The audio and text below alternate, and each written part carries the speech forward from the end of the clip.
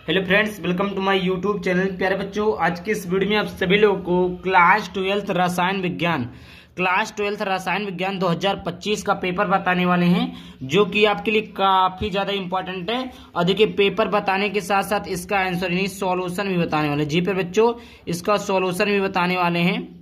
पूरे पेपर का सॉल्यूशन बताएंगे, तो इसके लिए वीडियो को पूरा देखिएगा। और हाँ, इसका पीडीएफ देने वाला हूं। इसका पीडीएफ आपको वीडियो के डिस्क्रिप्शन में डाउनलोड का लिंक मिल जाएगा, टेलीग्राम ग्रुप का लिंक मिल जाएगा, वहां से आप लोग ज्वाइन हो सकते हैं। वहां पर आप सभी लोगों को पीडीएफ दिया जाएगा।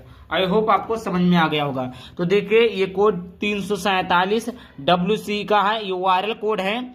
ये आपके जो मतलब ये क्वेश्चन लिए गए सारे के सारे क्वेश्चन इंपॉर्टेंट है। आपका समय 3 घंटे 15 मिनट रहेंगे, पूर्णांक 70 रहेंगे। समय 3 घंटे 15 मिनट, पूर्णांक कितने हैं? 70 हैं।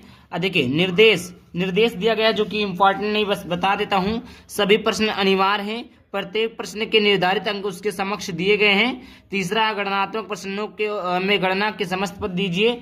अगला, प्रश्नों के प्रासंगिक उत्तर लिखिए, और है जहां आवश्यक वहीं रासायनिक समीकरण दीजिए।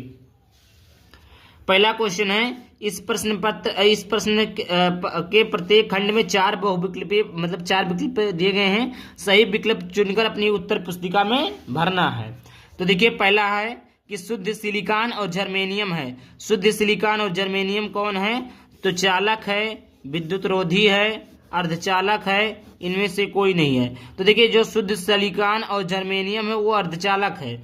मतलब अर्धचालक में क्या? चालक में जिसमें इलेक्ट्रॉन का मतलब जो उसमें करंट का फ्लो होता है, और अचालक में क्या होता है जिसमें करंट का फ्लो नहीं। अर्धचालक में होता है कई धातु ऐसे होते हैं जिसमें अचालक और अचालक दोनों मतलब अर्धचालक होते हैं।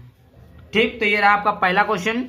दूसरा क्वेश्चन ने लिखा है कि हिमांक का अवनमन समानुपाती होता है। हिमांक का अवनमन समानुपाती होता है। पहला है विलयन के मोल अंश के, विलयन की मोलरता के, विलयन की मोललता के, और चौथा है विलायक की मोललता के। तो देखिए, जो हिमांक का अवनमन होता है वो समानुपाती होता है विलयन के मोललता की।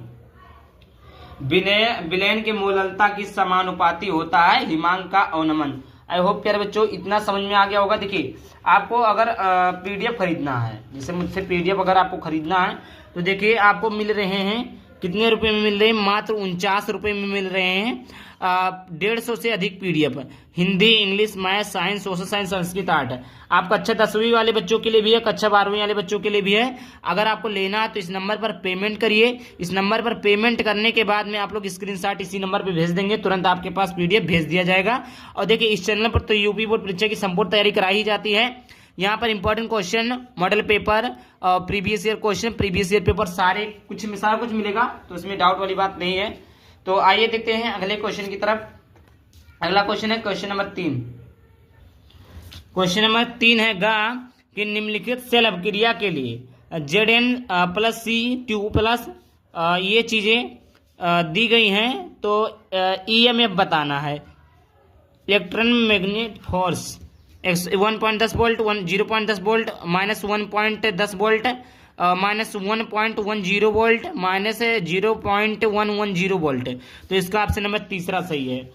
आगे घ नंबर का शून्य कोटि की अभिक्रिया के लिए वेग नियतांक की इकाई होती है। तो मिनट इनवर्स होता है, litre, mole inverse metre inverse होता है, मिनट इनवर्स होता है, mole litre inverse minute inverse होता है, बीमाहीन होता है। तो इसका भी ऑप्शन नंबर तीसरा इज करेक्ट हो जाएगा।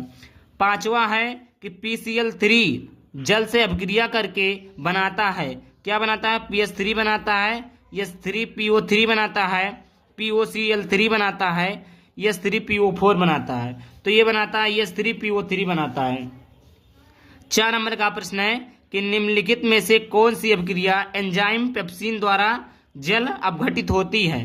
तो निम्नलिखित में से कौन सी अभिक्रिया एंजाइम पेप्सिन द्वारा जल अपघटित होती है? प्रोटीन से एमिनो अम्ल, वसा से वसा अम्ल, ग्लूकोज से एथिल अल्कोहल, और पॉलीसेकेराइड से मोनोसेकेराइड। तो देखिए प्यारे बच्चों, इसका जो सही ऑप्शन हो जाएगा वो हो जाएगा ऑप्शन नंबर दूसरा, वसा से वसा अम्ल। आई होप इतना क्लियर हो गया होगा, कोई डाउट नहीं होनी चाहिए। सारा कुछ आप लोगों को लिखित तैयार किया गया है, और जो कि मैंने बताया कि कैसे आपको सॉल्यूशन लेना, बहुत सारे पीडीएफ हमारे पास हैं, तो आप उसको बाय करना चाहते हैं तो आप लोग कर सकते हैं। अब देखिए, आगे प्रश्न है दूसरे का कि 25.6 ग्राम सल्फर को 1000 ग्राम नेपथलीन में घोला गया है, जिसका एमपी का 80.1 डिग्री सेल्सियस है और हिमांक में अवनमन 0.680 डिग्री सेल्सियस प्रेक्षित किया गया है। सल्फर के अणु भार की गणना कीजिए। नेप्थलीन का केएफ मूल्य 6.8 के किलोमीटर प्रति मिनट है। किलोमीटर प्रति मिनट है। खा है साम स्थिरांक की गणना नेट समीकरण की सहायता से कीजिए। और आगे है कि सत्यापन करें कि प्रथम कोटि की अपक्रिया को 99.9% अपक्रिया पूर्ण होने में लगा समय अर्ध क्रिया को पूर्ण होने में लगे समय का 10 गुना होता है। ये आपका चैप्टर नंबर 3 रासायनिक बलगतिकी से वेरी इंपॉर्टेंट टॉपिक है, वेरी इंपॉर्टेंट है, ये आपका न्यूमेरिकल है, समझ लीजिएगा। आगे बात करते हैं। आगे है क्या होता है जब केवल रासायनिक समीकरण देना है। क्लोरीन आयोडीन को जल की उपस्थिति में ऑक्सीकृत करता है। क्लोरीन ठंडे एवं तनु सोडियम हाइड्रोक्साइड से क्रिया करता है। खा नंबर का प्रश्न है कि 0.1 मोल लीटर इनवर्स केसीएल विलेन से भरे हुए एक चालकता सेल का प्रतिरोध 100 ओम है। यदि उसी सेल का प्रतिरोध 0.02 मोल लीटर इनवर्स पोटेशियम क्लोराइड यानी केसीएल विलेन भरने पर 520 ओम हो तो 0.02 मोल लीटर इनवर्स केसीएल विलेन की चालकता एवं मोलर चालकता परिकलित कीजिए। 0.1 मोल लीटर इनवर्स केसीएल विलेन की चालकता 1.29 सेकंड प्रति मिनट है। घ है उचित उदाहरणों द्वारा अपक्रिया की कोटि एवं आणविकता को समझाइए।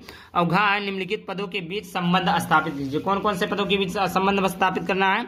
नॉर्मलता एवं मोललता एवं मोल अंश। और चौथा का है निम्नलिखित दो आयनों के इलेक्ट्रॉनिक विन्यास क्रोमियम का और सी का इलेक्ट्रॉनिक विन्यास बताना है। दूसरा क्रोमेट आयन एवं डाई क्रोमेट आयन के संरचना सूत्र लिखिए। खा का पहला है एथिलीन ग्लाइकॉल और टेरेप्थिलिक अम्ल से डेकेरान किस प्रकार प्राप्त किया जाता है समझाइए। और दूसरा है बेकेलाइट के संश्लेषण का रासायनिक समीकरण लिखिए। तीसरा है पॉली एल्किलोनो इट्राल संश्लेषण का रासायनिक समीकरण लिखिए।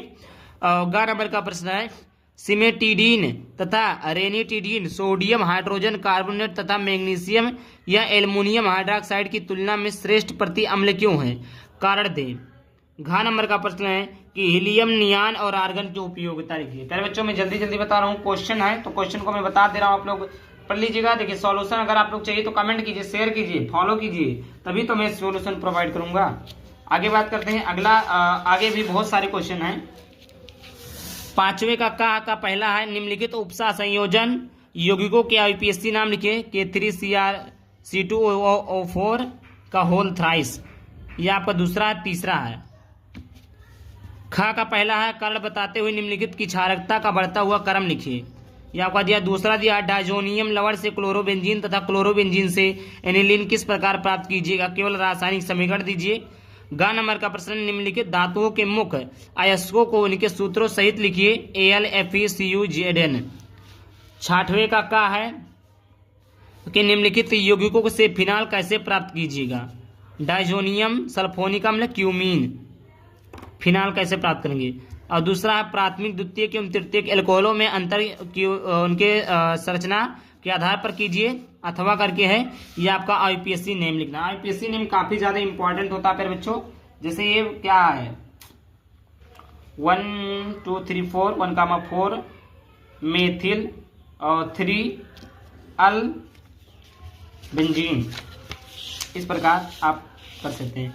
खा निम्नलिखित पर संक्षिप्त टिप्पणी लिखिए। इटाड अपक्रिया, रेजिनोमेंड अपक्रिया, गाटरमैन कोच अपक्रिया, एल्डोल संघनन, केनिजारो अपक्रिया। अथवा है आप कैसे प्राप्त करेंगे। बेंजोइल क्लोराइड से एसीटोफिनोन बनाना, बेंजीन से एसीटोफिनोन बनाना, बेंजोनाइट्राल से एसीटोफिनोन बनाना।